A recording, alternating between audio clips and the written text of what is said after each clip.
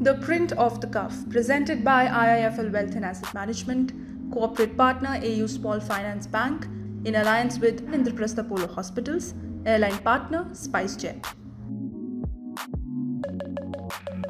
The nuclear alert level in Russia was very visibly ratcheted up, not very high because it was starting from a low base, but very spectacularly. You'll all remember the images of Putin at one end of the table. It was a very, very long table, and Shoigu and Gerasimov at the other end. And there were also movements of Russian submarines in the North Atlantic, very noisy in order to catch our attention. This was serious. Ever since, the oral communication has remained and has become even more noisy.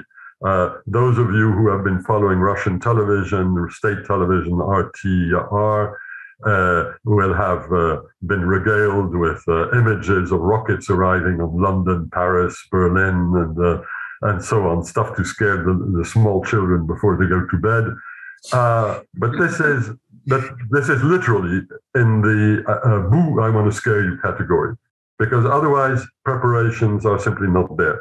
The CIA director, Burns, the DNI, Mrs. Haynes, have all been quite clear in that regard, and Britain and France do not communicate as much as the Americans do on these affairs, but I would be surprised if the reading were very different. Putin knows, as do all Russians in positions of responsibility, that nuclear deterrence is an entirely mutual affair, and that it may not be worth the destruction of Russia just to be able to retain the Donbass region in Ukraine.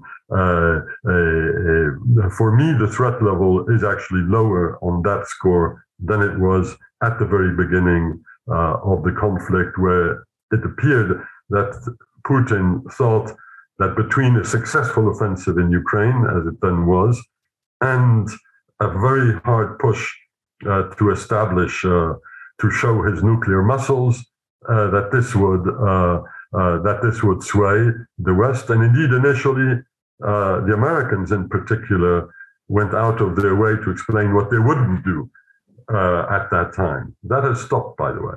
The Americans, quite rightly, I would add in strategic terms, have not been making statements explaining what they wouldn't do. They let Putin guess what could happen in this or that contingency, and that's part of the deterrence game. The Print off the Cuff, presented by IIFL Wealth and Asset Management, corporate partner AU Small Finance Bank, in alliance with Indraprastha Polo Hospitals, Airline Partner, SpiceJet.